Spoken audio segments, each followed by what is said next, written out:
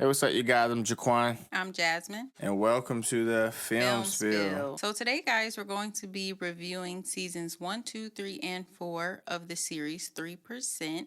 This is a drama series, and here is the summary. In the distant future, most of the population lives in poverty in an area known as the inland. There is an elite group, though, that is chosen to live in a virtual paradise, the offshore. Every year, each 20-year-old gets a chance to make it to the island paradise by taking a series of tests.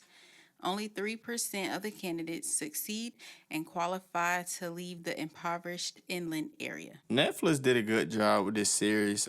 This is one of the series that we watched that was like back in the day. So one of our OG series, which was like 2015, 16, I guess, when it started. The rating I give this show is going to be a 4. So let's get into my pros and my cons. All right. So first pro.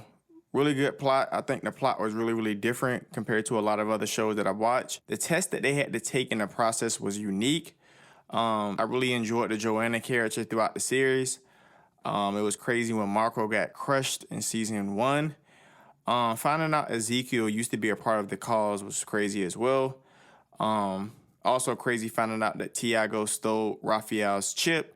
And then Raphael stole his younger brother Chip. Like, that was crazy. Finding out Marco's mother was Marcella. I like how towards the end of the series, I mean, they was kind of going through a lot of stuff in each series, but they end up kind of like coming together. All right, cons. The slums were harsh. Literally, when you turn 20, you got a chance to make it to the offshore. If you failed, that was it. You had to go back to inland. That was sad.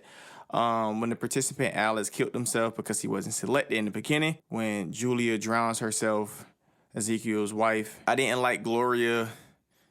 Michelle became too much throughout the series. Fernando's father was an op. Fernando dying was sad. Michelle dying was sad. Her brother Andre was an op as well. When Marco and Leonardo decides to stay in the offshore, even though they know they would die, and the ending wasn't great. But other than that, it was a dope series. Okay, guys, I give this series a 3 out of 5. I like how they showed the nice offshore and the inland, which was pretty much the slums, because I feel like that is reality. Like, there will always be different classes of people. It's crazy how they only had one chance to make it on the offshore, and it's by taking that test, because everyone isn't a good test taker. And imagine if we had one chance in life to get something right when we're 20 years old. Like, that's just kind of crazy.